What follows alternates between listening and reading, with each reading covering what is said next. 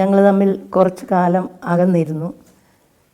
രണ്ടുപേരുടെയും സ്വഭാവം രണ്ട് എക്സ്ട്രീമാണ്.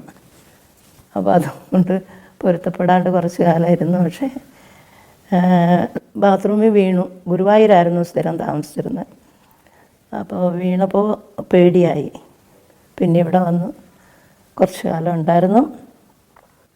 അപ്പോൾ എന്തോ പന്തികേട് തോന്നി പുള്ളിക്ക് തന്നെ. അപ്പോൾ പുള്ളിക്കാരൻ ഹോസ്പിറ്റലിൽ പോകണമെന്ന് പറഞ്ഞു. അപ്പോൾ അങ്ങനെ ബ്രദേഴ്സ് രണ്ടുപേരും കൂടെ കൂട്ടിക്കൊണ്ടുപോയി. അപ്പം ഡോക്ടറൊന്നും തുറന്നു പറഞ്ഞില്ല.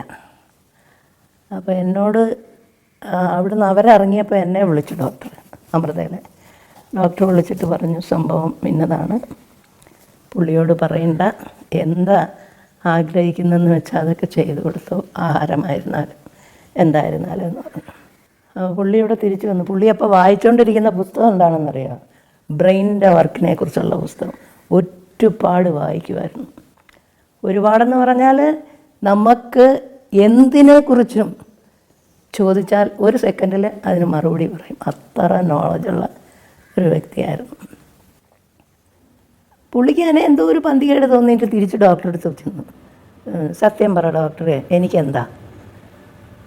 അപ്പോൾ ഈ ചോദ്യത്തിന് മുമ്പിൽ ഡോക്ടർ വീണു. ഡോക്ടർ പറഞ്ഞു, ഇന്നതാണ് സംഭവം.